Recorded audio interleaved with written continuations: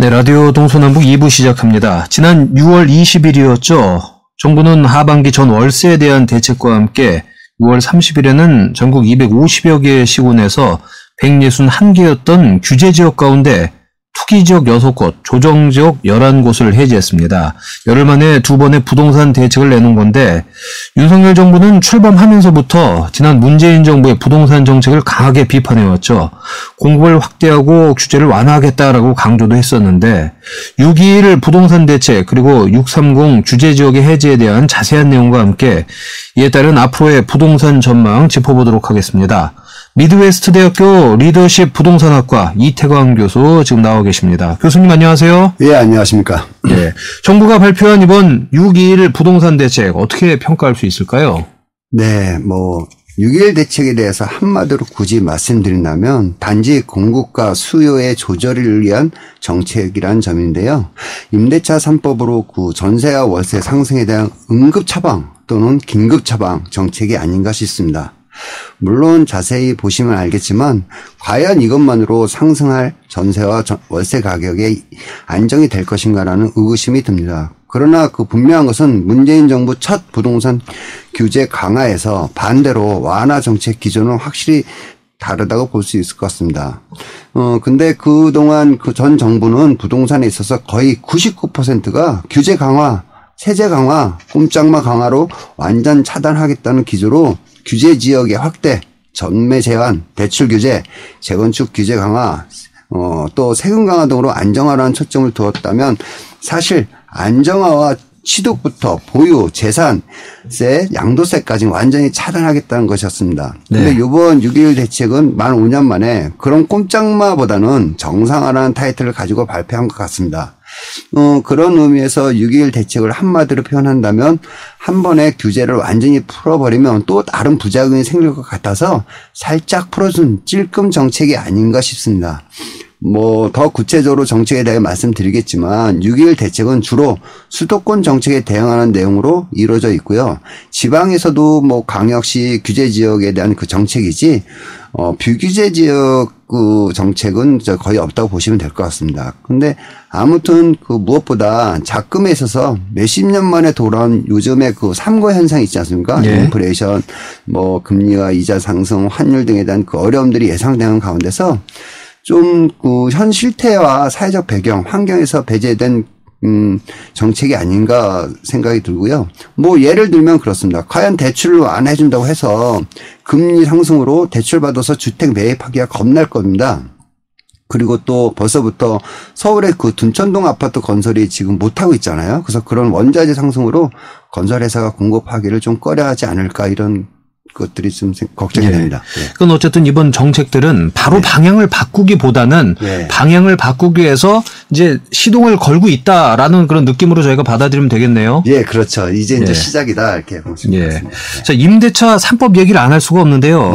이달 말이면은 임대차 3법이 시행된 지 2년 차를 맞게 됩니다. 예, 맞습니다. 정부가 임대차 시장 안정화를 위해 내놓은 방안들 이걸 좀 짚어주실까요? 예. 우선 임대차 시장 안정화 및 정상화 대책은 어느 부서에서 내놨는가를 봐야 됩니다.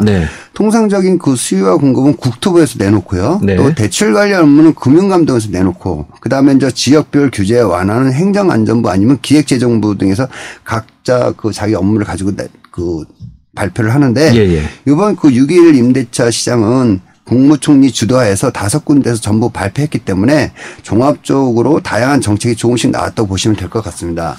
그 대출 금융부터 공급 세제까지 한 번에 주택 관련된 모든 것을 손봤다고 보시면 되는데 앵커님이 말씀하신 것처럼 우선 임대차 3법으로 인한 폭등에 대한 그 대책을 5가지를 압축해 볼 수 있는데요.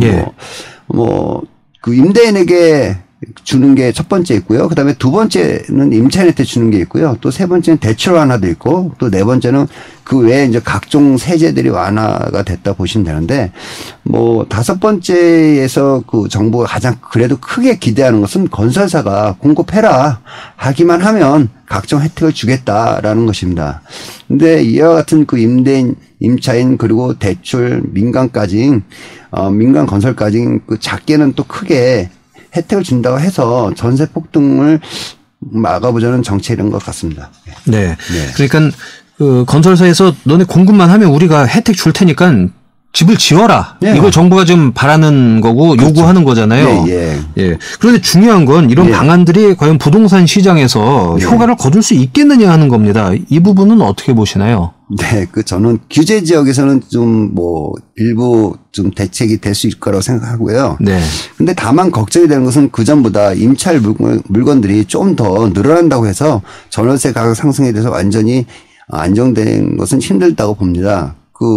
무엇보다 지금처럼 금리 인상과 거대 인플레이션, 심지어는 스태그플레이션까지 지금 염두에 두고 있는 이 시점에서 과연 임대인들이 전월세 가격을 올릴 수밖에 없는 입장이 될 것입니다. 그리고 또 두 번째는 현재 같은 아파트 2중, 3중 가격으로 임차인들이 거주하고 있습니다. 근데 현재 저렴하게 임차하고 계신 분들이 계약갱신 청구권이 끝나고 이것을 그걸 사용했다면 임대인은 새로운 임차인에게 낮은 임차금을 받을 이유가 없잖아요. 그래서 좀 상승할 것 같고, 그리고 또 세 번째는 원자재 상승하고 인플레이션으로 민간 임대 아파트를 건설한다 하더라도 건설회사가 그런 임차료 이런 것들이 좀 높게 분양하지 않을까 이렇게 생각합니다. 그래서 결론적으로 다시 말씀드리면 전월세 가격 폭등에 대해서 가격이 내려간다는 그 기대는 꽤 크지 않을 것 같습니다. 다시 말씀드렸으면 2중, 3중 가격은 없어지고 현재 저렴한 전세 가격조차도 상승한다고 봐야 될 것 같습니다.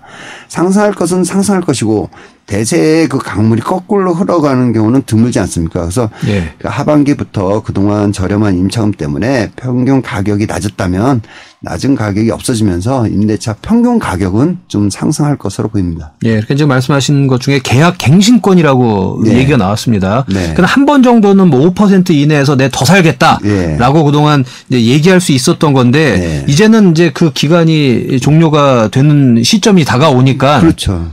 그 다음에는 이제 집주인들이 원래 시세대로 확 올려서 지금 말씀하신 대로 낮은 가격으로 나오는 집은 이제 없을 것이다. 그렇죠. 그런 것들이 점점 사라지니까 평균 그 가격이 전반적으로 올라갈 거라고 생각합니다. 그러니까 결과적으로 정부에서 대책을 내놨지만 아까 다시 말씀드렸던 걸 다시 한번 짚어보자면 건설사 너네가 빨리 지어야 혜택 줄게라고 하는 거 하나 그다음에 이제 집주인들에게 그동안 힘들었지, 숨 막혔지, 너네 한번 원래대로 시세대로 가봐, 경제 논리대로 가봐라는 거잖아요. 그렇죠. 그러니까 또 전세 가격은 또 올라가고 월세 가격도 올라가고요. 그래서 이제 평균 가격이 올라갈 거고 또 건설회사 원전세까지 오르니까 건설한다 하더라도 그 가격 자체가 또 올라갈 겁니다. 그렇겠죠. 그게 이제 대세라고 보면 되겠습니다.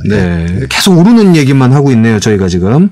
자, 그러면 임대주택 공급 촉진을 위한 정책도 내놓지 않았습니까? 맞습니다. 이 부분이 어떻게 개선안이 있는지 구체적으로 좀 짚어주시죠.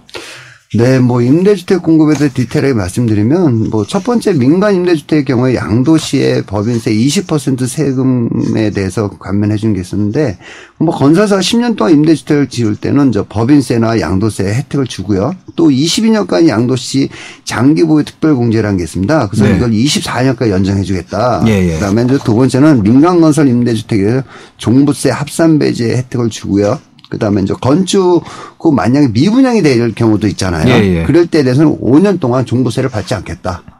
그리고 또 세 번째는 민간 임대 아파트를 건설하는 데 있어서 중앙정부든 지방정부든 간에 임대 후에 공공에다가 이것을 매도하겠다는 것을 약속을 하면은요.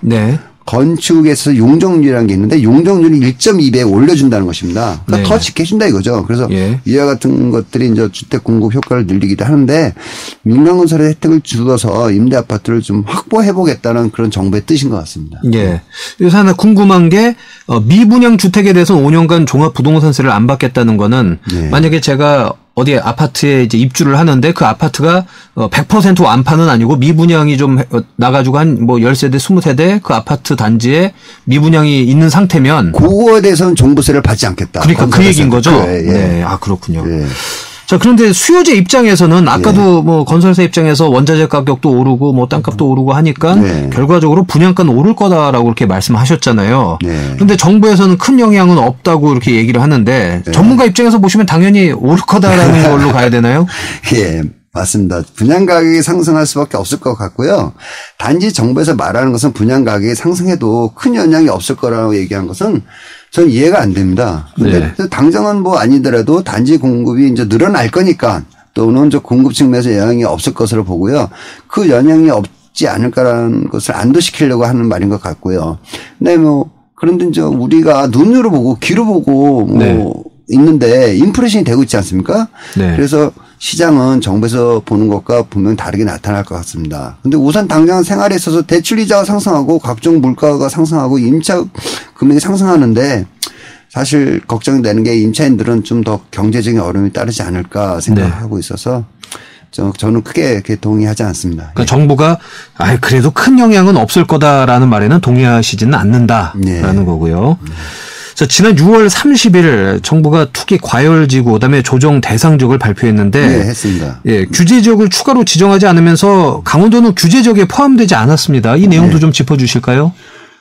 예. 그 우선 부동산에 있어서 규제한다거나 규제를 푼다고 했을 때 그 영향이 있기는 마련입니다. 근데 문재인 정부 시절에 보면은 풍선 효과라는 것이 기억하시는지 모르겠지만 어느 곳을 규제하면 또 다른 것이 상승해야 하지 않습니까? 네. 근데 그런 것처럼 풍선 효과 말고도 또 스프링 효과라는 게 있거든요. 스프링이요? 예. 근데 누렇던 지역을 풀어주면 용수처럼 튀어 올라오는 걸 말아요. 예. 이제 부동산에 또 그런 것이 있는데 이제 그런 지역 규제를 푼다고 해서 올라간다고 이렇게 볼 수 있지만, 근데 그 올라간 데 지역들은 대부분 공급 과잉이었습니다. 네. 그래서 공급 과잉이 어느 정도 몇 년 동안 거쳐서 해소가 될 쯤 돼서 투기 세력이 들어가지, 강원도 외부 세력은 한동안 더 머물 것으로 보여집니다. 왜 그런가 하면, 현재와 작년의 경우 강원도 전체 토지 거래에서 절반 이상, 약 60%에 달하는 그 토지들을 외지인들이 매입했거든요. 예. 그래서 그런 것만 봐도 우리 강원도는 좀 더 지속적으로 좀 상승할 것 같고요. 근데 더 추가적으로 한 가지 더 말씀드리면 우리가 또 내년부터 강원 특별자치도가 하지 않습니까? 네, 뭐 규제는 더 뭐 풀어지고 뭐 지원은 강화하고 뭐 이런 것들이 있죠. 특별자치도가 좀 제주도 다음으로 하는 건데 그거의 영향을 이제 우리가 좀 받기 때문에 우리한테는 좀 그런 것들이 좀 그 상승의 요인이 있지 않을까 보고 그럼 있습니다. 여차하면은 풍선 효과에다가 스프링 효과가 함께 강원도에 적용될 수도 있겠습니다. 맞아요. 예. 네. 그러니까 그런 영향들이 이번 발표로 인해서 강원도에 영향이 온다 이런 판단이신 건가요? 올 거라 예상하는 거죠, 뭐. 네, 그렇군요.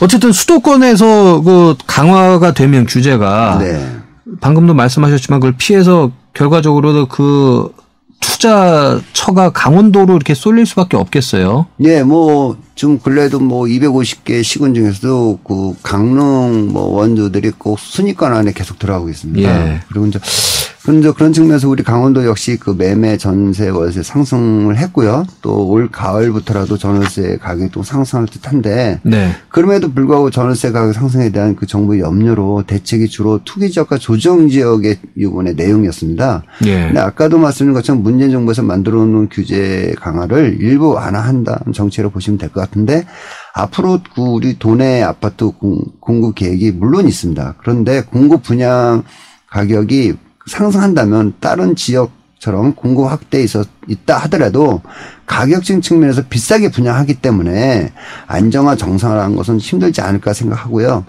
그렇다면 우리는 저렴한 공급과 분양이 더 생겨야지만 안정화 또는 정상화 될 듯합니다. 그리고 다 아시겠지만 도내 아파트값 2년 연속 상승세입니다. 뭐 그 전부터도 계속 상승을 해왔지만 전세 매물은 거의 없고 또 없습니다. 전세 매물이 있다 해도 그 가격이 매매가하고 크게 다르지가 않습니다. 네, 맞습니다. 네, 이번 정부 대책이 그 투기 지역 그리고 조정 지역에 집중이 됐습니다. 그렇게 보면 어떻게 보면 강원도는 좀 사실 소외됐다 이런 생각을 지울 수가 없는데 도내 주택 시장의 안정화와 정상화 이거 어떻게 해야 할까요? 우리 도내요. 저는 그 강원도에서 정상화 안정화를 위해서는 우선 지역별 특징에 대해서 좀 파악하고 지역별 니즈에 맞는 정책이 있어야 된다고 생각합니다. 대표적으로 춘천 지역과 원주 지역, 강릉 지역이 각각의 특징과 특색을 가지고 있어요. 근데 환경 자체가 다르기 때문에 정책 역시 비슷하게 하긴 하더라도 섬세하게 일정 부분이라도 다르게 적용해야 된다고 생각합니다. 뭐 예를 들어 보면 춘천의 경우는 전철에 들어가면서 거의 이제는 수도권 영향을 받고 있고요. 원주는 혁신도시, 기업도시가 이제 마무리 단계에 들어가 있거든요.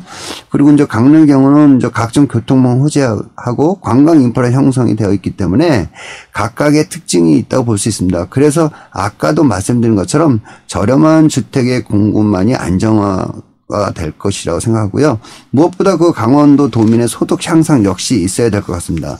그래서 이번 그 강원특별자치도 지정의 효과를 100번, 1000번 활용하는 데 있어서 주택에 대한 정책도 반드시 또 첨부되어야 되지 않을까 이렇게 생각합니다. 네. 네.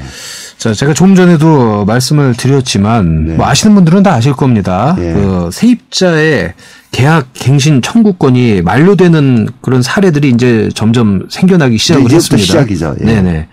전세 계약 종료를 앞두고 계신 분들, 이런 분들은 어떤 대책이 필요할까요? 사실 그동안에는 뭐 비투다, 영끌이다 해가지고 막 한동안 뭐 투자 붐이 또 일지 않았습니까? 근데 이제는 이제 그런 분들에게 부메랑처럼 돌아오는 금리 상승이라든가 또 인플레이션, 예, 이런 좀 힘든 시기인데, 자, 이 시점에서 내 집 마련을 어떻게 해야 할까요? 그 관망을 해야 될지 아니면 지금 사야 될지 좀 한 말씀 해 주시죠. 예, 참, 고민스럽고 힘든 지금 시국인데요. 네. 우선 전세 계약갱신 청구권이 올해 또는 내년 초에 끝나신 분은 만기 전에 당장이라도 다른 집을 알아보신 것이 좋을 듯 합니다. 왜 그러냐면, 만약 만기 때까지 기다리고 있다가, 그때가 되면 더 상승할 것을 이제 정부도 알고, 우리도 알고, 이렇게 염려들 하고 있지 않습니까? 그래서 계속해서 말씀드리지만, 정부도 향후에 전월세 폭등의 염려가 있기 때문에, 이번에 6.1 대책이 나왔잖아요. 그리고 또, 다 8월 달쯤에 임대사업자 부활까지 한다고 하고 있습니다. 그래서 하반기부터 상승한다는 예상인데 거기에 하반기부터 공공물가 또 소비자 물가까지 동반한다면 더 상승한 일이 높다고 보여지기 때문에 당장이라도 만기 전 또 다른 집을 구하신 것이 좋을 것 같습니다. 그래서 한 가지 더 말씀드리면 이번 윤석열 정부는 생애 첫 주택하고 그다음에 무주택자에게 각종 혜택이 굉장히 많아요. 그래서 본인의 그 처지에 맞는 주택 매입도 고려해 보신 것이 좋을 것 같고요.